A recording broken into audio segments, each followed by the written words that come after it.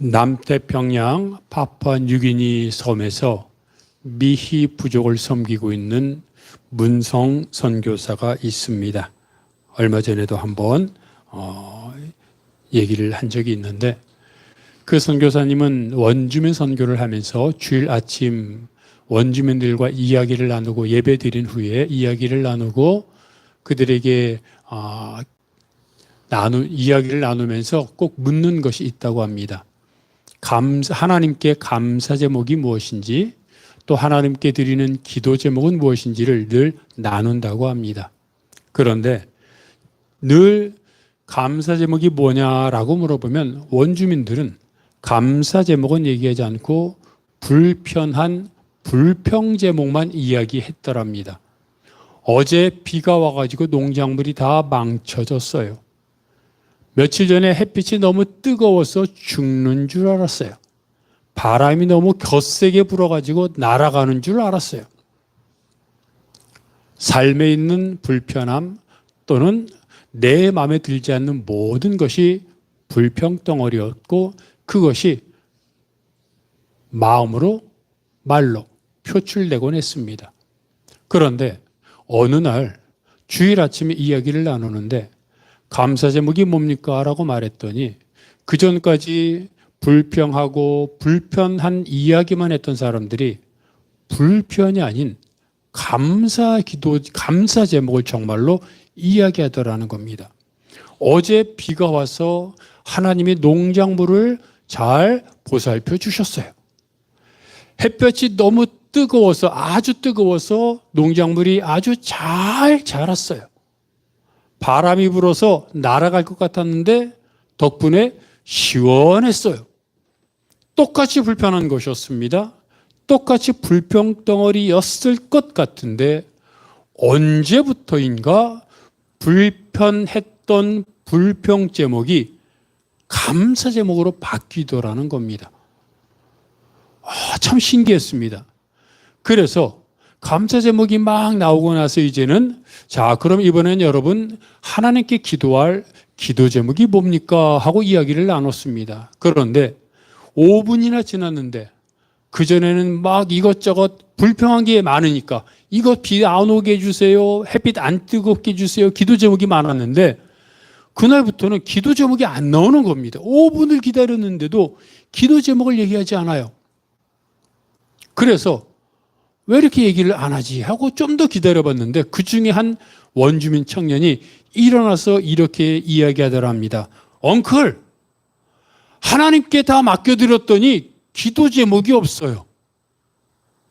하나님이 다 주관하신다고, 하나님이 다 섭리하신다고 믿어버리니까 더 이상 기도할 제목이 없어요 라고 말하더랍니다. 그 얘기를 듣고 이 문성 선교사님이 커다란 깨달음을 얻고 오히려 자신의 불신앙을 뉘우치는 시간이 되었답니다.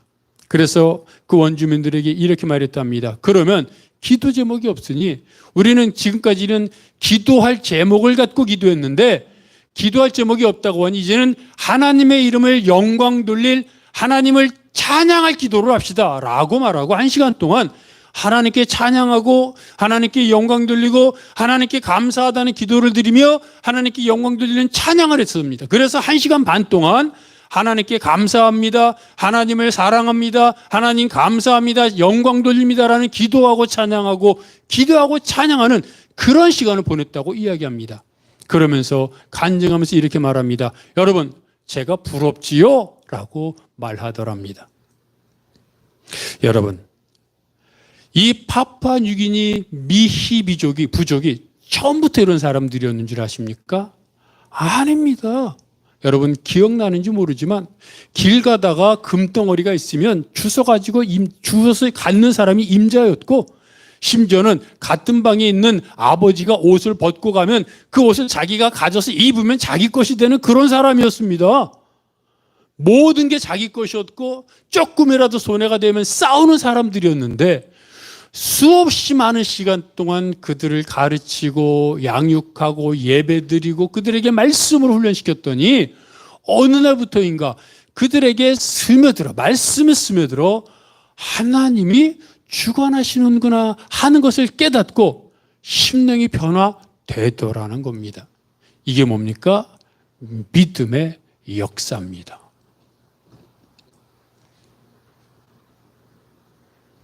선지자 엘리사가 수넴이라는 곳을 갈 때마다 한 여인이 엘리사를 대접하기를 원했습니다. 그래서 그 집에 가서 맛있는 식사를 대접받았습니다.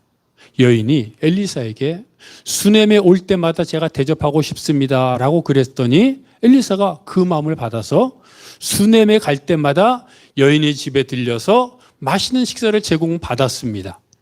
수넴 여인은 한 걸음 더 나아가 이 사람이 하나님의 사람인데 수넴에 올 때마다 우리 집에 들러 편안히 쉴 수 있도록 준비해 둡시다 라고 남편에게 말하고는 작은 방을 마련했습니다. 그리고 그 방에 엘리사를 위해 침대, 탁자, 의자, 등잔 이것을 마련해 주었습니다. 그래서 엘리사는 수넴을 갈 때마다 그 방에 들어가 쉬고 안식하고 일을 볼 수 있었습니다.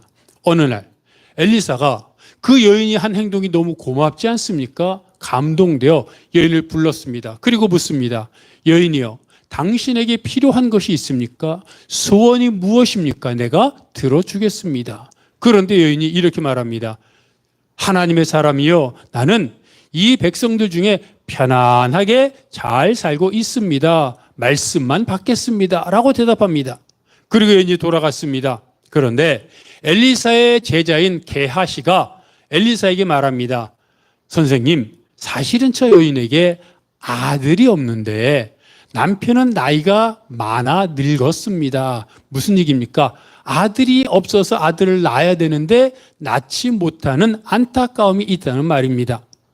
엘리사가 그 말을 듣고는 여인을 불렀습니다. 또 불렀습니다.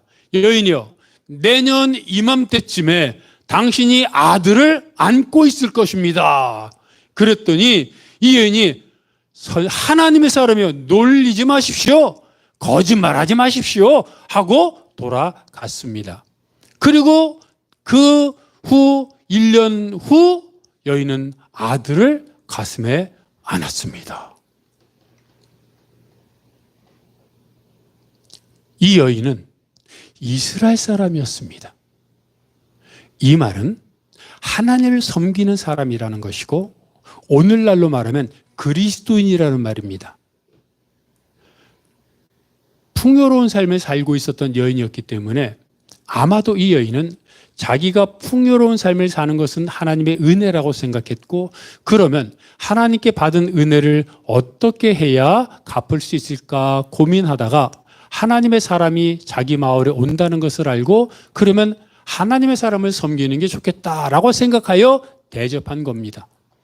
자신의 삶이 풍요로운 것에 대해서 하나님께 감사하는 마음이 있었습니다. 이것도 믿음입니다. 어떤 사람은 자신의 풍요로움을 내가 노력한 내 노력의 대가라고 생각하여 고마워하지 않고 여전히 욕심부리는 사람도 있지 않습니까? 그런데 내가 풍요로운 것은 하나님의 은혜라고 생각하여 어떻게 갚을까? 물론 다른 사람들도 섬겼겠지만 하나님의 사람을 섬겼던 이 여인, 좋은 귀한 믿음이지 않습니까? 그런데 이 여인의 믿음은 여기까지더라는 겁니다. 하나님의 사람이 여인을 향하여 무슨 소원이 있습니까? 라고 말했을 때 이 여인의 머릿속에 정말로 잠깐 번쩍 스쳐가듯이 아들에 대한 생각이 없었을까요? 왜냐하면 그 당시 이스라엘 사회에서 아들이 없다는 것은 여인에게 가장 큰 수치였고 부끄러움이었습니다. 아들을 낳지 못하면 심지어는 쫓겨날 수도 있었습니다. 그랬던 여인이 아들이 없습니다. 근데 남편은 늙었습니다. 그러니 얼마나 말은 안 해도 고민하고 사실은 걱정하고 안타까워 했겠습니까? 그러니 그 여인에게 할 수만 있다면, 그 여인이 이룰 수만 있다면 가장 큰 소원은 아들을 낳는 것이었습니다. 그런데 그렇게 매일 매순간 아들이 있었으면 좋겠다라는 그런 생각을 하고 있었을 그 여인에게 하나님의 사람이 소원이 있습니까? 라고 물어봤을 때 당연히 말은 안 했지만 머릿속에 아들이라는 생각이 안 지나갔겠습니까? 그럼에도 불구하고 엘리사에게 저는 잘 지내고 있습니다라고 말했던 이유는 무엇일까요? 어떤 사람들은 이렇게 말할 것입니다. 하나님의 사람을 괜히 번거롭게 하고 하나님의 사람을 귀찮게 할까봐 말하지 않은 것은 아닐까요? 그렇게 생각할 수도 있습니다. 그런데 여러분, 정말로 간절하면 예수님이 지나갈 때 앞을 못 보는 사람들이 뭐라고 말합니까? 다윗의 자손 예수 하고 부르짖지 않습니까? 옆에 있던 사람들이 뭐라 그래요? 조용히 해. 시끄러워 그랬죠. 그러니까 그 앞을 못 보는 사람들이 내가 소리 지르면 예수님이 귀찮으니까 번거로울 테니까 시끄러울 테니까 조용히 해야지 하고 조용히 있었습니까? 아닙니다. 오히려 예수님을 더 귀찮게 하고 더 번거롭게 해서 자신을 만나고 자신의 병을 고쳐줄 수 있도록 딱 이렇게 외치지 않았습니까? 여인이라고 다릅니까? 여인에게 정말로 하나님의 사람인 엘리사가 자신에게 아들을 낳게 해줄 수 있다고 믿었다면 번거롭고 귀찮은 걸 100배를 가중시켜도 어떻게 해서든지 아들을 낳으려고 했을 겁니다. 그 말인즉슨 혹시라도 번거롭게 귀찮게 안 하려고 했다면 그것은 믿지 않았기 때문입니다. 어차피 낳지 못할 텐데 수고롭게 해서 뭐 할 것인가 하는 그 여인의 마음. 이것이 여인의 마음이었던 것입니다. 그런데 여러분, 이 여인이 정말로 그렇게 생각했다는 걸 어떻게 할 수 있습니까? 나중에 소원이 있습니까? 라고 말하니까 없습니다라고 대답했지요. 나중에 엘리사가 내년에 아들을 낳을 것이다 라고 말했으면 믿었다면 어이구 감사합니다. 그러면 좋지요 라고 라도 대답해야 되는데 거짓말하지 마십시오. 농담하지 마십시오 라고 말했던 것을 보면 정말로 믿지 않았던 겁니다. 그런데 이 여인에게 하나님의 사람인 엘리사가 왜 믿지 못하느냐라고 꾸짖고 믿어라, 믿어라, 믿어야 한다라고 말했다면 여인이 뭐라 그랬겠습니까? 예, 믿습니다, 믿겠습니다 라고 대답했을 겁니다. 그리고 속으로는 못 믿습니다 라고 생각했겠지요. 하나님이 아브라함에게 75세 때 하란에 나타나셔서 내가 지시할 땅으로 가라라고 하셨습니다. 그리고 너의 자손을 하늘의 별처럼 많게 하실 것이라고 하셨습니다. 그런데 10년이 지나도록 자녀를 안 줍니다. 그러니까 아브라함이 아내 사라의 권유를 통해 여종 하갈로 인해 이스마엘을 낳았죠. 그게 86세입니다. 그리고 나서 또 많은 시간이 지나서 99세가 되었습니다. 75세 때 너의 자녀가 많을 것이다라고 말했는데 99세가 됐으니 얼마나 많은 시간이 지났습니까? 하나님이 나타나셔서 말합니다. 아브라함아, 내가 너의 아내 사라를 통하여 자녀를 낳게 할 것이다라고 말씀하셨습니다. 얼마나 감사합니까? 하나님이 직접 나타나셔서 말씀하셨는데 근데 이때 아브라함의 반응을 보십시오. 창세기 17장 17절부터 18절을 보면 이렇게 기록되어 있습니다. 읽습니다. 시작. 아브라함이 엎드려 웃으며 마음속으로 이르되 백세된 사람이 어찌 자식을 낳을까? 사라는 90세니 어찌 출산하리요 하고 아브라함이 이에 하나님께 아뢰되 이스마엘이나 하나님 앞에 살기를 원하나이다. 자, 보십시오. 하나님이 말씀하셨는데도 아브라함은 못 믿습니다. 왜 못 믿습니까? 내가 지금 99세인데 100세인데 아내는 90세인데 어떻게 자녀를 낳아? 그런 생각을 한 것입니다. 그리고 속으로 웃었습니다. 이 말 후에 하나님이 또 한 번 나타나셨습니다. 그리고 다시 한번 내년에 너에게 아들이 있을 것이다 라고 말씀하셨습니다. 근데 이 말을 장막 뒤에, 천막 뒤에 있는 사라가 들었습니다. 그리고 속으로 웃었습니다. 내 나이가 90인데 어떻게 자녀를 낳으라고 웃었습니다. 아브라함이나 사라나 똑같았습니다. 근데 정말로 그 후년에 그들은 이삭을 낳았습니다. 만약에 하나님이 아브라함과 사라에게 왜 믿지 못하느냐? 믿어라! 믿어라! 믿어야 하느니라! 말씀하셨으면 아브라함과 사라가 뭐라 그랬겠습니까? 예, 믿습니다. 믿겠습니다. 라고 말했을 것입니다. 물론 속으로는 여전히 못 믿습니다. 라고 생각했겠지요. 왜 그렇습니까? 믿음은 그냥 되는 것이 아닙니다. 믿음은 태어날 때부터 타고나는 것도 아닙니다. 믿음은 지식으로 배운다고 공부한다고 되는 게 아닙니다. 믿음은 내가 믿어야지, 믿어라, 믿어라, 믿을 거야 한다고 믿어지는 것도 아닙니다. 믿음은 흥분되고 감동돼서 막 눈물이 나고 그래서 믿어지는 것도 아닙니다. 믿음은 영적인 세계이기 때문에 하나님을 경험하는 만큼 믿을 수 있기 때문입니다.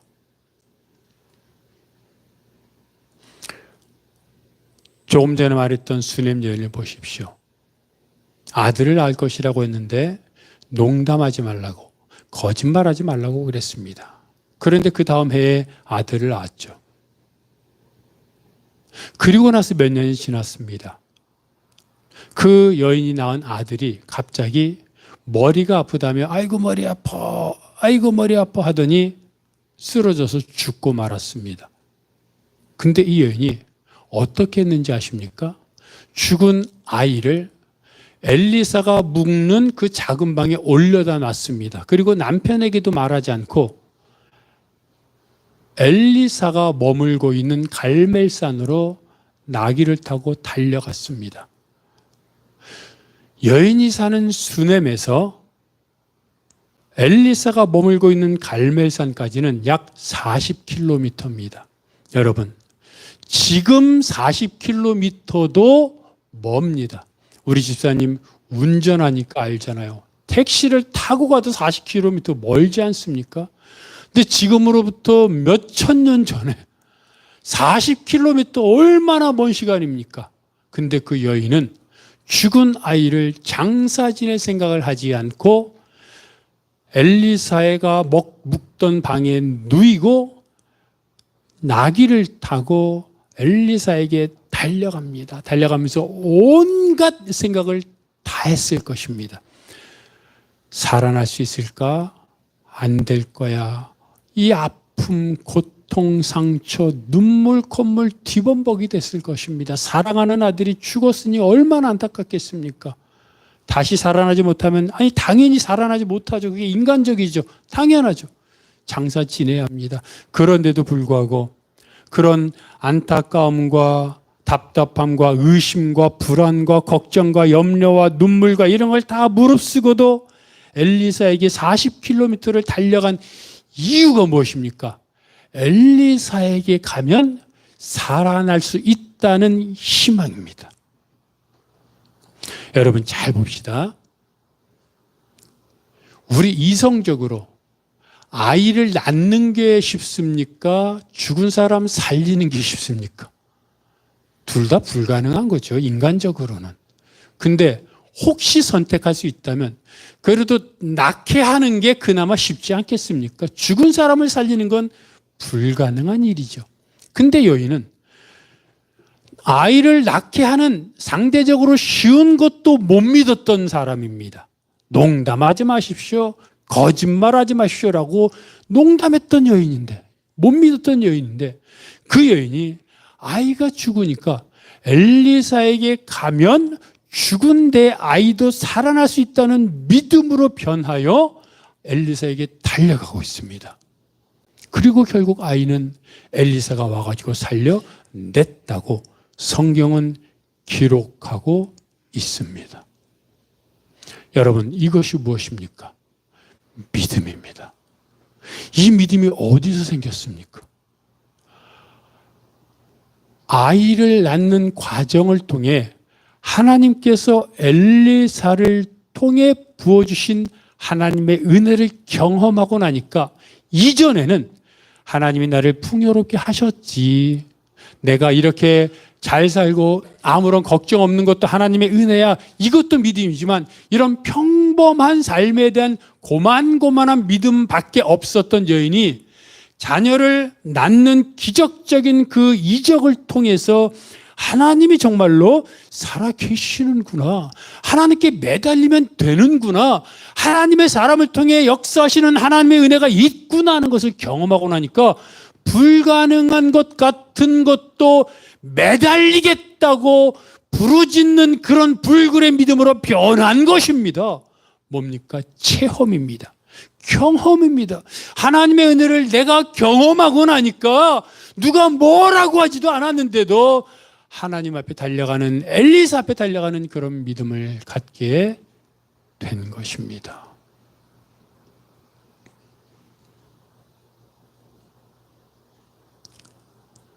욥바에서 다비다라고 하는 여제자가 사람들을 섬기다가 병들어 죽었지요. 근데 욥바에 사는 사람들이 사도행전에 기록되어 있지 않습니까? 다비다를 장사 지내지 않고 다락방에 올려놓습니다. 그리고 근처에 룻다라고 하는 곳에 베드로가 있다는 사실을 알고는 베드로를 잡아옵니다. 그냥 강권적으로 데리고 옵니다. 살려내라는 겁니다. 말도 안 되는 얘기를 하고 있습니다.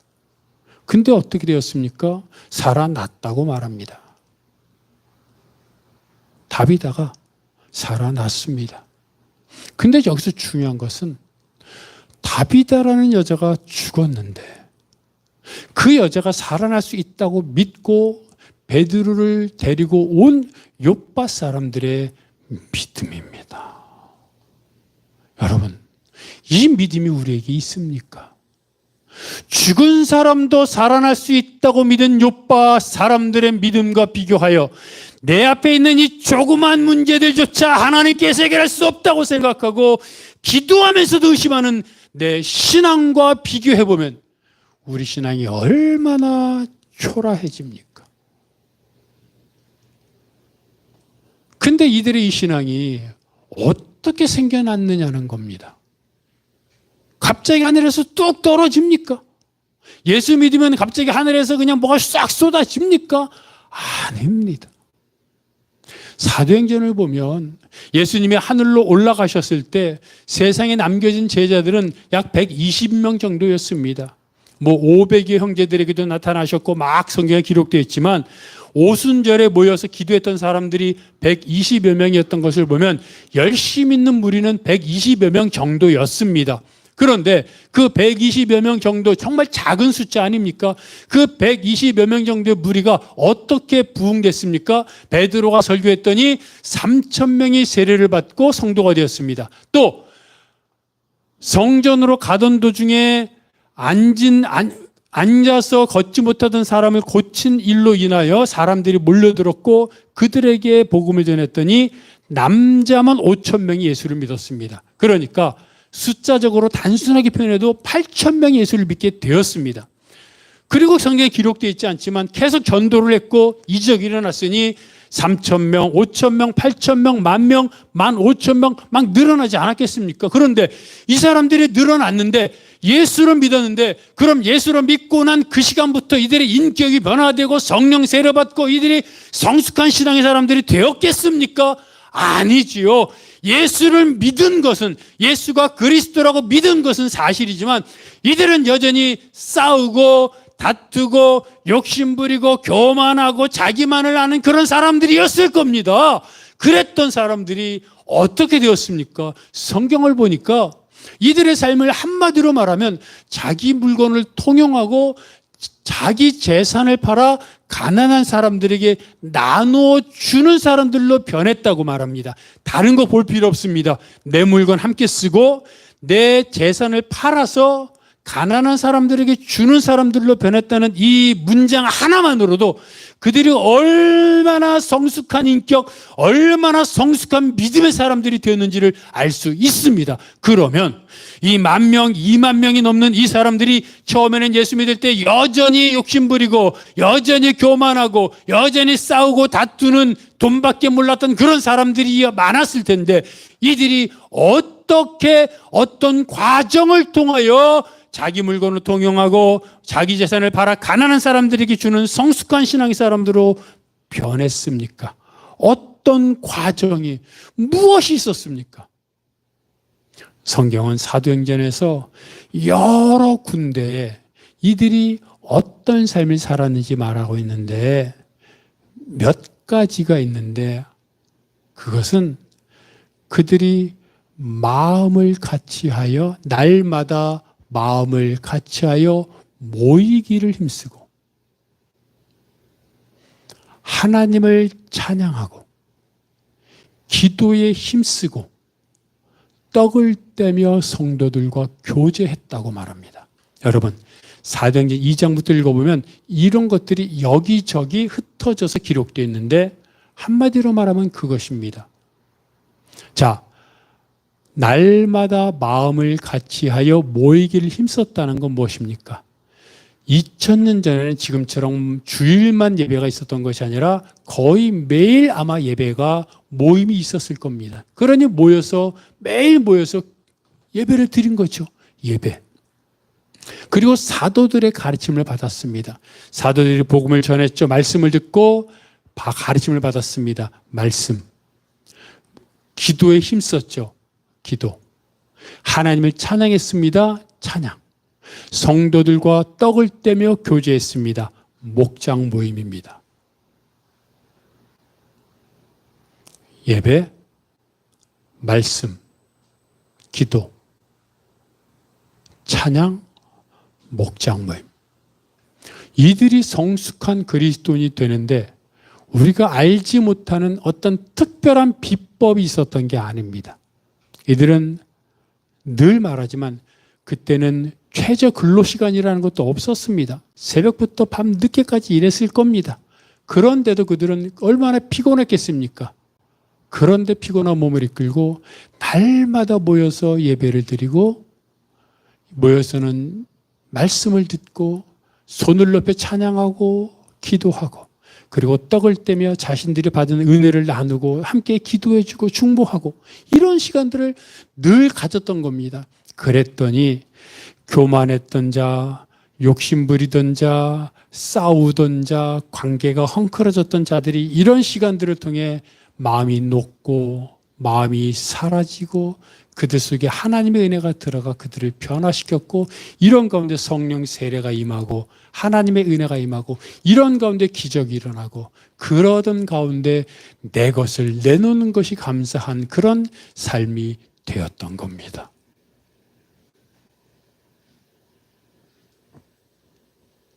예수님은 포도나무 비유를 통하여 이렇게 말씀하십니다. 너희가 내 안에 거하고 내 말이 너희 안에 거하면 무엇이든지 구하라. 그리하면 이루리라. 열매를 많이 맺을 것이라고 말합니다. 조건이 너희가 내 안에 거하고 내 말이 너희 안에 거하는 겁니다. 포도나무에서 우리는 가지인데 가지가 열매를 많이 맺으려면 포도나무에서 양분, 물 이런 것들을 계속해서 공급받아야 되지 않습니까? 어떤 날은 공급 안 받고 어떤 날은 공급받고 이러면 썩지 않습니까? 그게 아니라 매 순간 계속해서 공급받는 것. 이게 뭡니까? 우리가 예수님 안에 거하는 겁니다. 그런데 우리가 예수님 안에 거한다는 말이 자꾸 이해가 안 되니까 어떻게 해야 예수님 안에 거합니까? 라고 궁금해하니까 예수님은 그것은 내 말이 예수님의 말이 하나님의 말씀이 너희 안에 거하는 것이라고 얘기해 주시지요. 하나님의 말씀이 내 안에 거하는 것이 무엇입니까? 시편 1편에 말하잖아요. 여호와의 율법을 즐거워하여 밤낮으로 주야로 묵상하고 읽고 초대교회처럼 기도하고 찬양하고 모여서 예배하고 목장 모임하고 다시 말하지만 그것이 하루 종일 그것만 하라는 것은 아닙니다. 그러나 삶의 중심, 삶의 우선순위가 그것임을 말하는 겁니다. 늘 하나님의 말씀을 읽고 묵상하며 은혜 받은 말씀을 아멘 하면서 운전하다가도 밥 먹다가도 사업상 다른 사람과 대화하다가도 문득문득 내 하나님의 말씀을 묵상하면 어떻게 됩니까? 하나님의 말씀이 내 안에 나를 움직여 다른 사람과 계약하고 다른 사람과 일하고 다른 사람과 교제하는 동안에 그 하나님의 말씀이 내 마음과 입을 통하여 말이 되어 튀어나오고 내 생각을 주장하여 속이거나 빼앗거나 이런 것이 아닌 정직함과 사랑으로 대하게 되지 않습니까? 그리고 그것을 통해 하나님이 역사하지 않습니까? 여러분, 우리 앞에 수많은 기도의 제목들이 있습니다. 그것은 우리가 죽을 때까지 있을 겁니다. 그런데 그 수많은 기도의 제목 앞에서 많은 믿는다고 하는 사람들이 기도하지만 기도하면서도 여전히 기도의 응답을 받지 못하고 기도하면서도 절망하고 기도하면서도 걱정하고 기도하면서도 염려하고 불평합니다. 왜입니까? 단순합니다. 믿음이 없기 때문입니다. 그러면 사람들은 말합니다. 기도했으니까 믿어. 그럼 말하죠. 아멘, 믿습니다. 믿겠습니다. 믿습니다라고 대답합니다. 그러나 속으로는 믿지 못합니다. 왜요? 믿음이 없기 때문입니다. 그 믿음은 믿겠다고 수천 번 말한다고 해서 생기지 않습니다. 예배와 말씀과 기도를 통하여 하나님 앞에 늘 나아가고 하나님을 만날 때 내 앞에 내 안에 믿음이 쌓이고 믿음이 밖으로 행동으로 나타나는 겁니다. 15,000명의 고아를 길렀던 조지 뮬러 5만 번의 기도 응답을 받았다고 말하고 있습니다. 그런 조지 뮬러가 어느 날 배를 타고 미국의 퀴벡으로 가게 되었습니다. 그런데 영국에서 배가 떠나야 되는데 안개가 너무 심해서 떠나지 못하는 겁니다. 안개가 무려 배를 타는데 22시간 동안이나 지속되었습니다. 그때 조지 뮬러가 선장을 찾아와 이렇게 말했답니다. 선장님, 나는 토요일 오후까지 퀘벡으로 가야 되는데 퀘벡으로 가야 됩니다. 그리고 나는 지금까지 살아온 75년 동안 한 번도 나는 약속을 어긴 적이 없습니다. 무슨 말입니까? 나는 한 번도 약속을 어긴 적이 없고 토요일 오후까지 퀘벡으로 가야 되니 당신 나를 글로 인도해 주십시오 라고 하는 말입니다. 선장이 미쳤다는 생각을 하면 이렇게 말합니다. 아니, 지금 바깥에 얼마나 짙은 안개가 꼈는지 모르니까 도저히 갈 수 없습니다. 밖을 보십시오 라고 말했답니다. 근데 조지 뮬러가 선장에게 이렇게 말을 했다고 하죠. 내 눈에는 안개가 얼마나 꼈는지, 짙은 안개가 꼈는지 하는 것이 아니라 내 눈에는 살아계신 하나님만 보입니다 라고 말을 했다는 겁니다. 그리고 말합니다. 자, 선장님, 우리 선생님실로 와서 같이 기도합시다 라고 기도했습니다. 같이 기도했습니다. 선장은 아마 기도하러 가면서도 막 불평했고 안 믿었겠죠. 근데 뮬러가 하나님 앞에 기도하고 나서 이렇게 말했답니다. 하나님의 뜻이라면 이 안개가 5분 안에 거치도록 해 주십시오라고 기도를 했다고 합니다. 그리고 나서 선장에게 말합니다. 선장님, 지금 밖에 나가서 안개가 어떻게 되었는지 보십시오라고 말했고 선장이 이상한 듯한 눈으로 의아한 눈으로 뮬러를 보고 나서 밖을 내다봤는데 안개가 거쳤고 그리고 뮬러는 토요일 오후까지 퀘벡으로 늦지 않게 갈 수 있었다고 기록은 말하고 있습니다. 어느 날 신문 기자가 조지 뮬러에게 말합니다. 어떻게 그 많은 고아들을 먹여 살릴 수 있었습니까? 라고 물었습니다. 그때 뮬러는 이렇게 말합니다. 나는 평생 동안 성경을 200번 읽었습니다. 한 번도 성경을 읽으면서 실증을 냈던 적이 없습니다. 성경을 읽지 않았던 3년 동안은 잃어버린 시간이었습니다. 하루라도 하나님의 말씀을 먹지 않으면 영적인 활력을 얻을 수 없었습니다. 무슨 말입니까? 그렇게 많은 15만 명이나 되는 고아들을 하나님께 기도하고 한 번도 손 벌린 적 없이 하나님께 기도하여 먹여 살릴 수 있었던 것은 하나님의 말씀을 읽음으로 인해 내 안에 믿음이 가득했고 그 믿음을 바탕으로 하나님께 기도했고 하나님이 역사하셨다고 하는 간증을 얘기하고 있는 겁니다.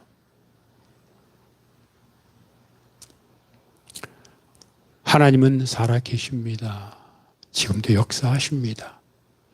하나님이 살아계시지 않은 것이 아니라 하나님의 능력이 없는 것이 아니라 수냄여인처럼 우리가 믿지 않는 것이고 우리가 기도하면서도 그것을 기대하지 않기 때문입니다. 왜입니까? 믿음이 없기 때문입니다. 내 기도가 왜 응답되지 않을까? 내 삶에 왜 이적이 없을까? 궁금하다면 내가 얼마나 하나님 앞에 나아가고 있는가를 돌아보시면 됩니다. 나는 예배에 늘 참석하고 있는가? 나는 말씀과 기도와 찬양을 통해 하나님을 늘 만나고 있는가? 나는 목장 모임과 여러 성도와의 교제를 통해 서로 은혜를 나누고 중보하며 격려하고 있는가? 뮬러는 말합니다. 나는 단 하루도 하나님 앞에 나아가지 않은 적이 없습니다. 난 매일 하나님 앞에 나아갔고 하나님의 임재를 경험했습니다라고 고백하고 있습니다. 여러분, 정말로 하나님의 사람들처럼 이적을 경험하고 지금 내가 맞닥뜨리고 있는 문제를 해결하는 승리의 삶, 능력의 삶을 살고 싶습니까? 그렇다면, 그렇지 않다면 할 수 없지만, 그렇다면 말씀과 기도와 예배와 찬양과 교제를 통해서 하나님 앞에 나아가고 그리함으로 인해 내 안에 인간적인 요소는 다 씻겨져 내려가고 하나님의 은혜만, 성령의 충만함만, 그리하여 오직 하나님을 경험하여 하나님을 체험하는 그런 믿음의 삶을 살아가는 여러분이 되시기를 바랍니다. 이 시간 다 함께 일어나셔서 하나님 한 번도 나를 실망시킨 적 없으시고 찬양하겠습니다.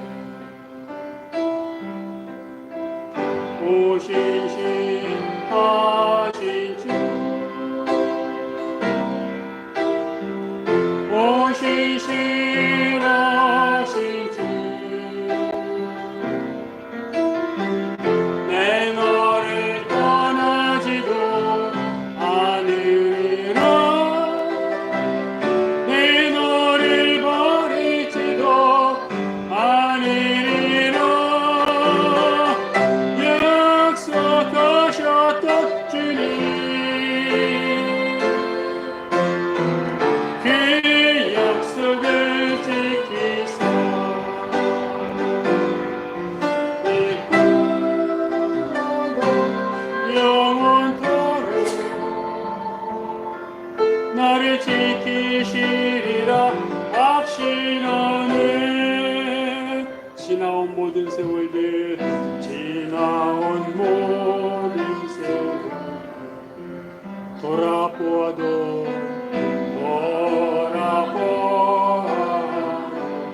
그 어느 것 하나 주의 손길, 그 어느 것 하나 주의 손 안 곳 안 미친 곳 전혀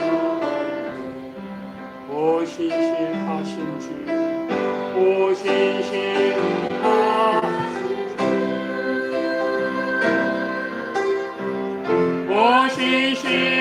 오신실하신 주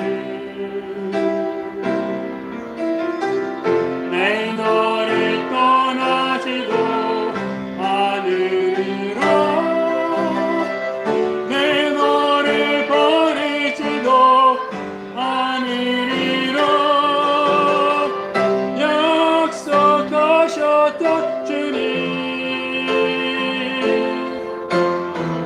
그 약속을 지키사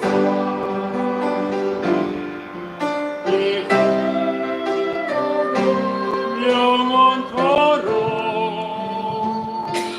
나를 지키시리라 확신은 하나님은 신실하십니다. 하나님은 살아계십니다. 그런데 내가 못났고 내가 믿지 못하면서 하나님이 신실하지 않다고 하나님이 능력이 없다고 내가 불평합니다. 잘못됐습니다. 내 탓입니다. 정말로 믿음으로 살고 싶다면 그것 먼저 확인하십시오. 지금처럼 살고 싶다면 상관없지만 내 앞에 있는 문제 하나님의 은혜로 해결하고 하나님을 경험하며 살고 싶다면 하나님 앞에 나아가십시오. 예배, 말씀, 기도, 찬양, 교제 매일마다 하나님을 경험하여 날마다 하나님을 경험하는 사람으로 살게 하여 주시옵소서. 함께 통성으로 기도하겠습니다. 하나님 아버지, 조지 뮬러가 그랬던 것처럼 수넴 여인이 불신앙의 사람에서 죽은 아들도 살릴 수 있다고 믿었던 믿음의 여인으로 바뀌었던 것처럼 하나님 주여 우리를 불쌍히 여기사 내 불신앙의 모습이 신앙의 모습으로 하나님을 믿지 못하고 의뢰하지 못했던 내 신앙이 하나님을 믿고 의지하며 하나님을 바라보며 하나님께 나아가는 신앙의 사람으로 바뀔 수 있도록 주여 도와 주시옵소서. 나는 할 수 없습니다. 그저 내가 할 수 있는 한 하나님 예배 참석하며 말씀과 기도와 찬양과 교제를 통하여 하나님 앞에 나아가겠습니다. 하루하루 꾸준하게 인내하며 하나님을 바라보겠습니다. 그때마다 나에게 임하셔서 나를 변화시켜 주시고 해결해 주시고 내가 주의 사람으로 살아갈 수 있도록 역사하여 주시옵소서. 주여, 주여 나를 불쌍히 여기시고 우리 가정을 불쌍히 여기시고 하나님의 은혜로 채워 주시옵소서. 주여 도와주옵소서. 주여 살려 주옵소서.